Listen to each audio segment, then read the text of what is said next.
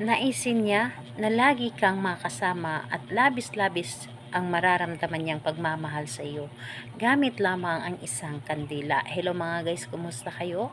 Panibagong araw, panibagong video na naman tayo. And sa araw na ito ay isa na namang video ang aking ituturo sa inyo na simpleng gabay o simpleng pamamaraan na makakatulong sa atin. At bago ang lahat, gusto ko lang mag-disclaimer sa mga taong hindi naniniwala at hindi gusto ang mga kagaya nitong video. Please skip this video and maghanap kayo ng videos na gustong gusto nyo dahil ang video na ito ay para lamang ito sa mga taong naniniwala and gusto mag-try.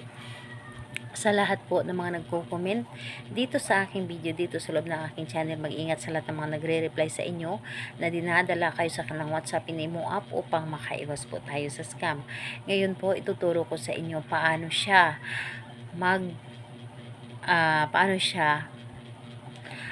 labis-labis na magmamahal sa inyo at gusto niya na lagi kanya makasama sa bawat oras.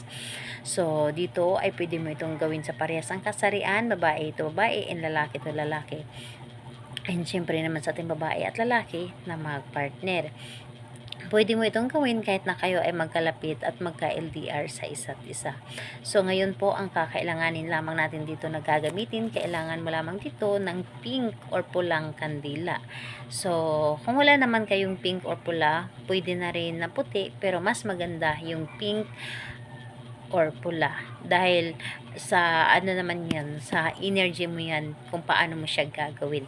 So, ayun po, kailangan din natin syempre ng panindi and karayom. So, yun ang ating dapat na ihanda. So, kailangan na alam mo rin sa iyong sarili na gustong-gusto mo itong gawin at hindi ka nagdududa dito at buo ang iyong loob, tiwala at paniniwala sa paggawa nito. So, ngayon, kapag ready ka na, pwede mo na itong simulan. So, ang gagawin mo lamang dito, gamit ang karayom or pin, simula dito, isulat mo ang kanyang buong pangalan pababa. So, di bali nang hindi aabot dito. So, pangalan niya at apelyido pababa. And kapag naisulat mo na ito, bigyan mo ito ng energy. So, bigyan mo ito ng energy. Ganon mo lamang sa iyong mga palad para mas mabigyan mo pa ito ng mas malakas pa na energy. And pagkatapos nun, ito ay inyong sindihan. So, sindihan mo ito at ilagay mo lamang ito dito sa inyong harapan. And kapag ito ay nakasindi na at nilagay mo sa inyong harapan, titigan mo lamang ang apoy ng kandila at humiling ka. So, kausapin mo lamang ang apoy ng kandila sa pamamagitan nito.